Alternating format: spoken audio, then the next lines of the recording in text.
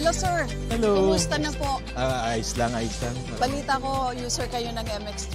Oo, actually, matagal na kaming uminom nito kahit sa Dubai pa kami, sa Middle East. Kumusta, sir, yung pagiging engineer mo rito sa Glasgow? Minsan challenging kasi puro Scottish ang mga nandito, tapos minsan pupunta kami kung saan. So, minsan may struggle pero ano naman, kasi Pilipino naman. So, mas magaling ang naman. Pinoy. Oo, syempre Pilipino. Yeah. So, how long have you been using the brand? In Dubai, almost every day, ginagamit ko siya. Ang nangyari is, nung napunta kami dito sa Scotland, wala na ako masyadong mabilhan. Kaya nung nakita ko siya ngayon, pumunta ako para kumuha ulit. Na-miss ko. Bakit MX3 capsule, sir? Andito ka na sa Glasgow ngayon and still, yan pa rin ang choice mo na brand supplement. Naramdaman ko na parang kinikleanse yung yung body ko. Sabi ko, I'm not that old but I'm aging as well. So, yeah. So para sa akin siguro, mas mainam yung tulungan ko yung health ko para mas maging healthy pa ako. MX3, dito ako believe.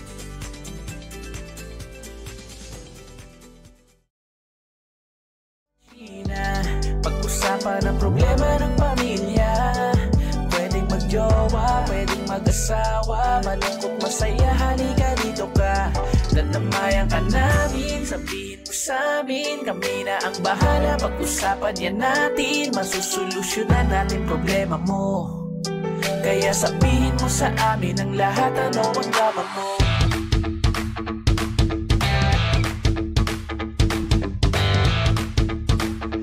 Same pero iba!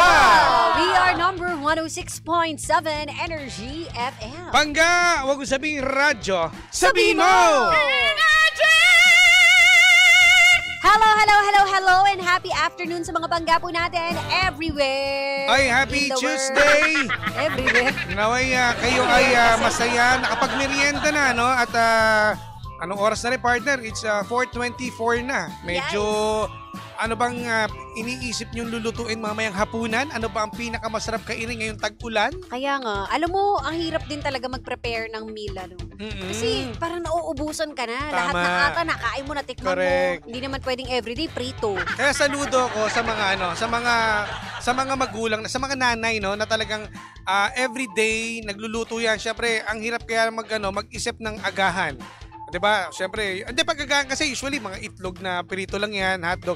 Sa mga sa mga tanghalian at hapunan kasi pag tanghalian, ano kaya ang kakainin na naman nito? Yes. Sa gabi, ano kaya ang lulutuin ko kaya? Ano kaya ang bago na tas kinabukasan partner, hindi naman pa pwedeng maulit kasi yung ibang mga anak ay napaka-reklamador. Ma, ito na naman yung ulam. Ma, ano ba to? Nakasawa na gano'n. Alam mo, mahirap pa dyan yung iba, yung nagmamaktol talaga, yung nagdadabog. Yes. Diba? Ako ay nababastusan talaga kapag gano'n. Tama. Parang nakakahiya naman. Bukod sa wala kang respeto sa tao, wala kang respeto sa pagkain. Correct. At maawa kayo, no, na hindi rin po biro ang pagiging isang ina.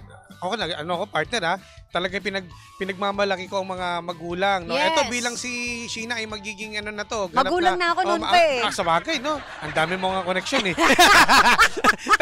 Pero ibig sabihin, eto, marami, kumbaga nasasanay ka na eh, kaya mas maganda rin sa mga babae na may alam talaga na alam magluto, marunong mag-eksperimento, di ba? Ibig sabihin, di ba, ito si Sheena, marami kang ginagawa, alam ba? Oo. Ang may natirang karne, anong gagawin mo? Ang ginagawa ko dyan, kapag kunwari nag-uumpisa yan sa prito. Yes, oo. After ng prito, kapag may natira, ginagawa ko adobo. After ng adobo, lalagyan ko yan ng itlog. Kapag may natira pa rin, lalagyan ko na yan ng ginataan. Oh, di ba? Gata. At least hindi marunong dapat din diskarte rin kasi ng mga ng mga kababaihan sa mga nagluluto, lalo sa mga nanay. Para hindi sayang. Oo, correct. Para hindi sayang. Kaso kapag yung pakakainin mo ay napakapihikan. Ay, nako. Diba? Bigyan mo ng asin. Oo, doon ka sa labas, kumain ka sa labas. Pero for this for this event. Event? Meron wala lang. Birthday? Nami-miss ko lang kasi itong event na charot. Syempre itong segment natin. Itong believable stories na talaga naman everyday marami pong nangyayari sa atin, no, na mga na nakakasalumuhan natin, na nakakabilib talaga naman sa araw na to. Alam mo ngayong Tuesday, partner, may nagpadala, eto partner, si Linda. Ano sabi ni Linda? Ito daw, ang nakakabilib daw na istorya ngayong Etong mga nakaraang araw, tag-ulan kasi partner may bagyo. Oh, anong ganap niya? Aba, yung mga guru daw na talagang nagpapatangay pa sa ilog para makapagturo sa kanilang mga estudyante. Wow naman. Di ba nakakabilib? Oy, boys, buhay yun ha. Di ba? Yung bagyong bising ba doon, yung mga nakaraan? Mahirap din yun mga pangga, no? Kasi, kumbaga, sabi nga nila, ang pagiging guro or pagiging teacher, it's a noble job. Yes. Hindi lang siya yung basta trabaho na makakapagbigay sa'yo ng pera or sweldo. Totoo yan, totoo yan. Buong puso talaga ibibigay mo sa pagiging guro. Kaya nga 'di ba, tayo mga estudyante noon, 'di ba, silang ating pangalawang magulang na sila naman talagang gumagabay sa atin at ginagawa ang lahat para matuto tayo. Ang hirap kaya ng mga sakripisyo ng guro kasi ang aking mother ay isang guro, partner. Oy, ikaw ay anak pala ng teacher. Tama, kaya lagi akong section 1 sa amin. Diba? Lagi Teacher mo pa naman, nanay. Di lagi section 1 ka. So wala kang demerit, di ka Wala. napapatawag. Ay, hindi. Guidance? Ako, malakas tayo dyan. Hanep. Pero mataas din ang expectation sa'yo. Yes, kasi nga, anak ka ng isang guro. Dapat ikaw ay aktibo sa assignment. Masipag. Masipag ka. Diba? Hindi ka sa nang lahat. bababae. Pag mga grade school ka pa, medyo wala pa. Wala partner. pa ba? Mabait ka pa noon. Mabait. Hanep talaga. Ngayon lang naging Ngayon lang. Pero in fairness sa mga guro, saludo kami sa inyo, no? Dahil yes. lahat naman tayo, pangga, no? Tinuruan ng teacher. Diba? Ultimo yung mga magulang natin, nagsilbing mga teacher din yan. Tama. Oo, Kaya palakpakan natin, mga teacher, ang mabuhay ating kayong nakakabilib lahat. na mga estudyante na naging teacher na rin ngayon, partner, na naging guro. Yes, you the best. You the best.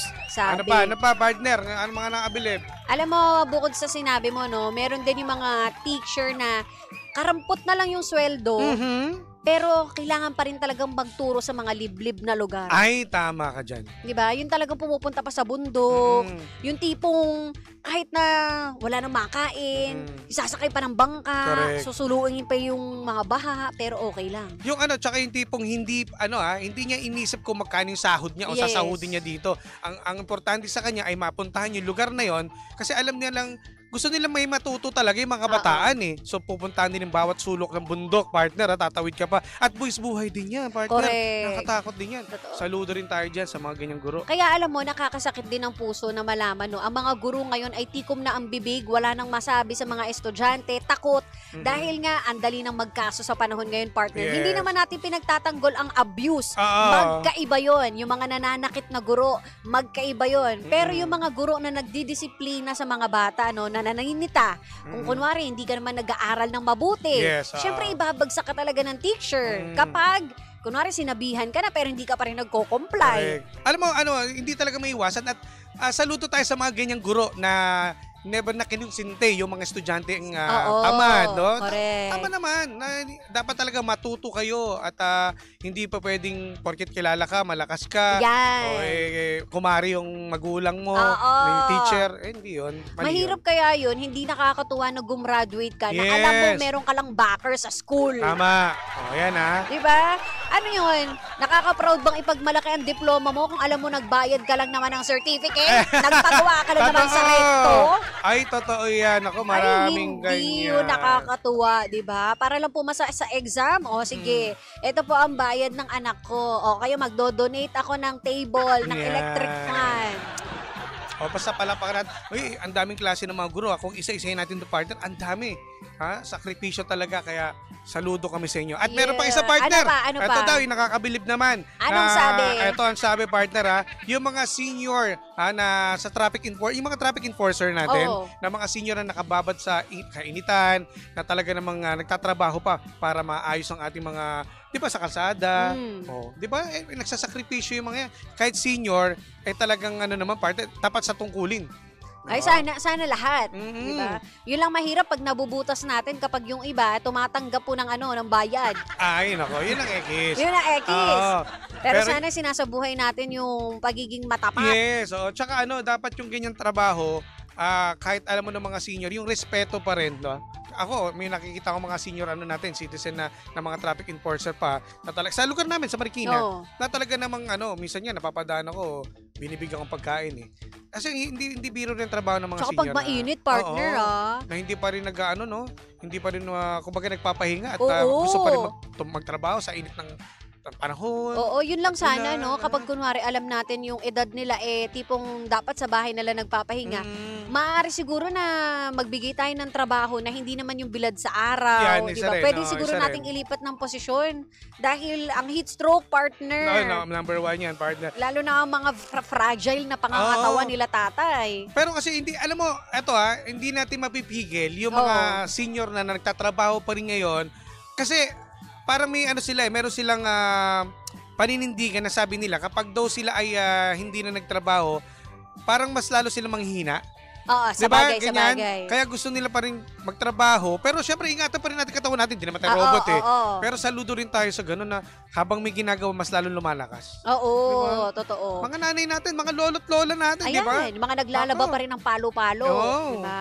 Kasi kapag kunwari, masyado rin natin binibing ating pangangatawan, ay nako, hindi na natin mapapakinabangan ng mga tuhod. Diba? Tsaka sa ibang bansa, partner, tama nga sabi ni Madam Dami na merong may mga senior talaga doon nagtatrabaho pa, di ba? Well, dito naman dito sa atin sa Pilipinas meron na, partner, di ba? Kaya saludo tayo, ha? Sa mga fast food, meron Yan, ganyan, meron. partner na makikita mo, sila yung Yes. nagsiserve or sila yung Yes. nagliligpit. Pwede naman yung mga gano'n, no? Yung siguro kahit papaano, hindi naman kabigatan Correct, oo. ang gagawin. Sa mga barangay, di ba? Ayan. Sa mga barangay natin, di ba? May mga Oo. senior dyan. May mga nagwawalis, yung Mm-mm. iba, o kaya yung tipong nag-a-assist ka. di ba? Yes. Yan yung mga magaganda. Sana marami pa yung mga programang ganyan. Kasi kahit naman po matatanda na yan, no, meron pa rin naman silang angking talento Tama. or mapapakinabangan pa din natin. Oo. At merong iba naman dyan na yung edad nila pang senior pero yung datingan nila parang 40s Bagets. lang. Parang bagets lang. Diba? Parang ikaw. tingnan mo. Hindi pa po. Hindi ako 60 partner. Pero hindi ka pa 60. Pero nasa ano lang tayo. Malapit. Malapit na partner. Nako mo. Ay nako. O yan, saluda. Palapakan naman natin ang ating mga Yes. senior naman. Kayo yan. No? Thank you so much. Sana lang po talaga, lahat po, Pangga, ay may ginagawa. Yan yun. Hindi pwede nakatengga lang tayo mga friends. Kahirap yung mga tipong one tamad lang tayo naghihintay ng ayuda. At saludo naman tayo sa mga sa mga nakakabilib na mga teacher at mga traffic enforcer natin at yung mga nagtatrabaho sa barangay ng mga senior natin. Yes. Ako, saludo po kami ngayong araw sa inyo. Kayo yan. Kayo yan. Diba? Hindi kami yan. Glenn, game na, sabi. Sino Game to? na. Sabi ni Marlene. Ako, Marlene. Ano naman, Marlene? Uy, nga Tuesday pala, pa lang, ha? birthday ni Irvin. Oh, hey, Irvin! Happy birthday, Irvin! Happy birthday! Ikaw na araw mo rin ngayon. Oo nga, Irvin. Happy birthday sa'yo. Mabuhay ka hanggat gusto mo, ha? Oo. At, Kung gusto mo. Ay, tsaka partner, si Dean Rivera nandito. Dean Rivera, maraming salamat kanina Oo, sa pagbisita din. At nagbigay ng Yes, mga pagkain natin, ha? pamerienda. Pamerienda, Thank you so salamat, much, Dean Dean. Rivera. At sa iyong mother, dear. Yes. At isama ko na to partner, yung aking mga kaibigan dito, si Madam Damin. Hello! Si Creamy. Si Teriray na napakaganda, si Ate Lu na maganda, at syempre si Jamie na maganda. Lahat, apelido nila maganda eh. Oo, talaga. Kaya maganda lahat. Magkamag-anak pala sila mga magaganda. Ang pamilyang maganda. Pamilyang maganda. Kayo na Ayan, talaga. sige. Hello Alright. sa inyo dyan. May pabati pa tayo mamaya po yan mga pangga. Ihabol natin yan ha. Kuray kick, kaya naman, chill ka lang dyan. At wala pong maglilipat. Dahil ang maglilipat, mamalasin sa buhay. Ay, naku, totoo Charis. yan. Kinampihan ka agad yung partner eh. Ay, nako. Siya. Mag-ano muna tayo? Tibok. Ay, Ayan. alam mo yung tibok? Tibok. Tayo, kinabahan ako. Kailan yung huling tibok nung iyo? Parang kagabi lang eh. Depende kasi sa panahon niyang partner eh. Ng puso mo. Oo, madalas kasi tumibok ang puso ko kapag maulan. Yun Ayan. naman pala. Kasi excited ka, Sabi di ba? ko sa'yo eh. Gusto mo magpapawis. Ikaw, ay, hindi ko natatanungin. Ako, Halata kailan- naman. Tumibok na. Tumubo na. Ang tagal na nung huling tibok. Oo nga. Ay, nako. Sige. Kaya pakinggan na lang natin ang tibok mamaya. Ha? Alright, sige. Kaya naman, tutok lang mga pangga. Kasama niyo pa rin po nag-iisang pabebot na si Sheena. At ang inyong Jimbo is DJ na si Jimbo. Dito lang yan sa programa Believable Stories na Same pero iba. We are number 106.7 Energy FM. Bangga, mong sabing radyo. Sabihin mo!